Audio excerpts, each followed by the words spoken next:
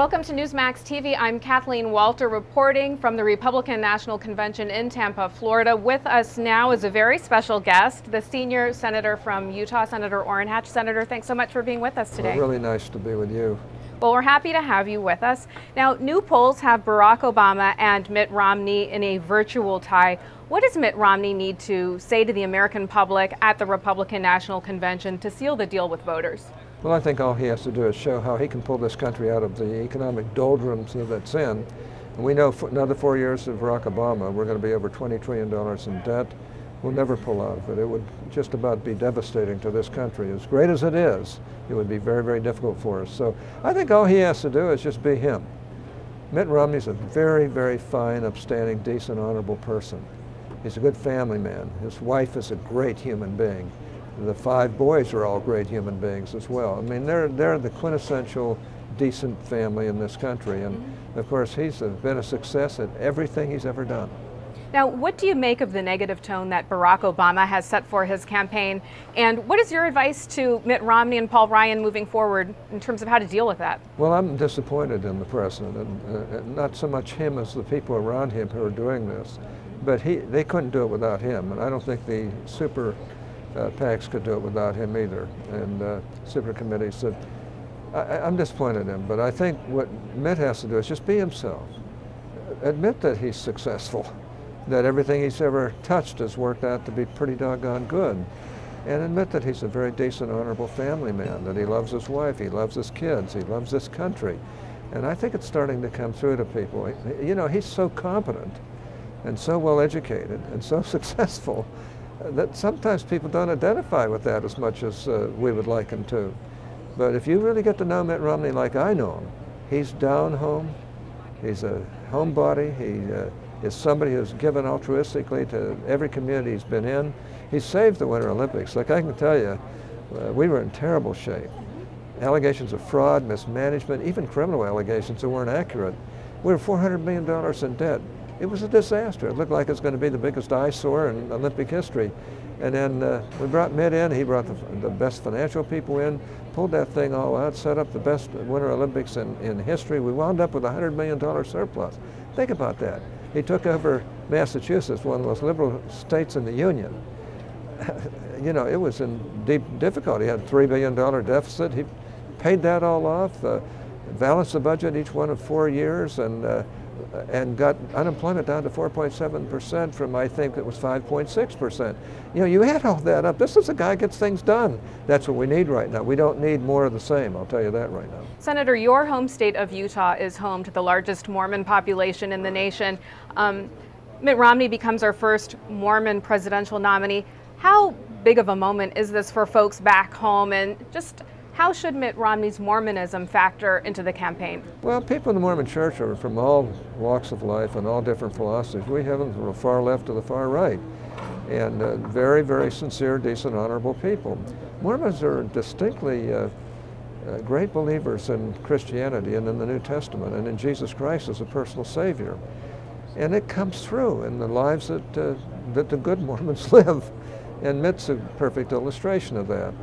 You know, even if you belong to another faith, you got to admire people who abide by their precepts and live their principles. And you'd have to really look pretty hard to find a better Christian than Mitt Romney. Now, you are the ranking Republican on the Senate Finance Committee. We are apparently just days away from having our national debt hit $16 trillion. Will Congress be able to avert the so-called fiscal cliff, or are we headed for a fiscal Armageddon? Not with that great presidential leadership. We're headed for fiscal Armageddon. And the president seems willing to do that. He seems willing to put us, you know, even further in debt just to play class warfare in this election. I'm very disappointed in him for doing that.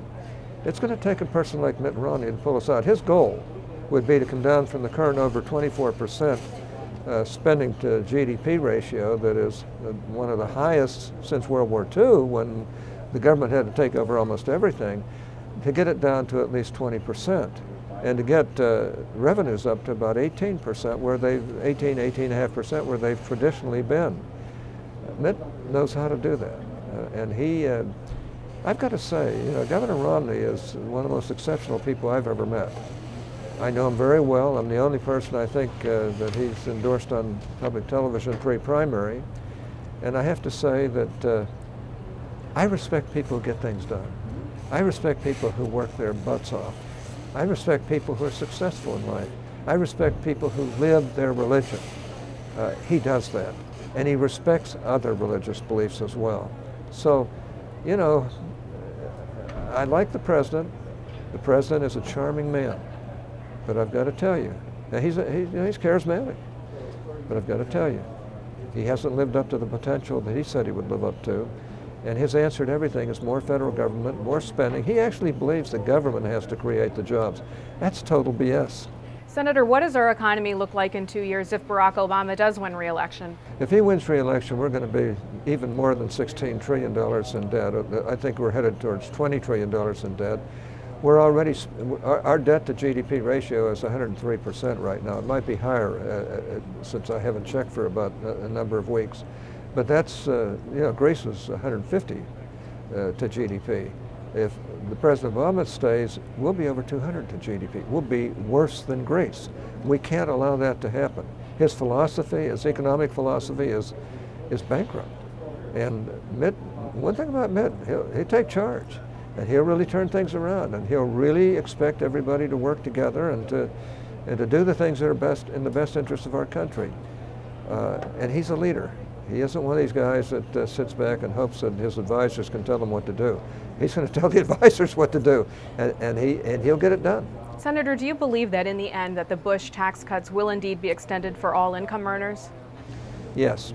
Look, I suggested, and it was the Hatch-McConnell bill, McConnell-Hatch, that we put the 01-03 tax relief ahead for 1 year. And then both Democrats and Republicans dedicate that year to doing effective tax reform. You know, that would be the smartest thing we could possibly do. However, the Democrats made it a partisan thing and it was voted down.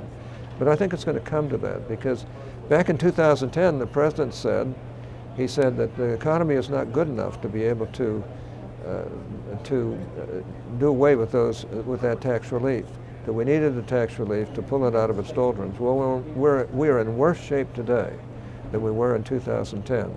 And now the president is playing class warfare, demanding that we really sock it to about 940,000 small businesses, the ones that create 70% of the jobs in this country.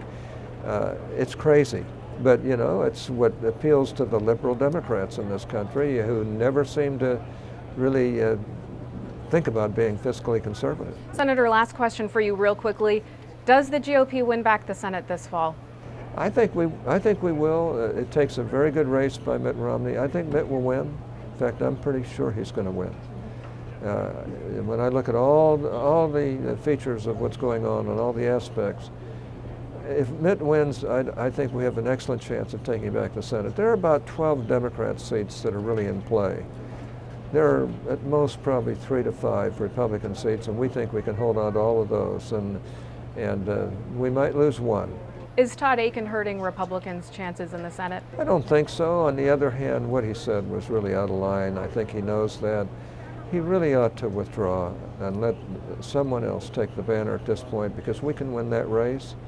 And, you know, I like him personally. I mean, I think he's a decent conservative, but what he said is it's never going to leave him. It's going to haunt the whole party, not because the rest of us agree with him. We don't. We disagree with him.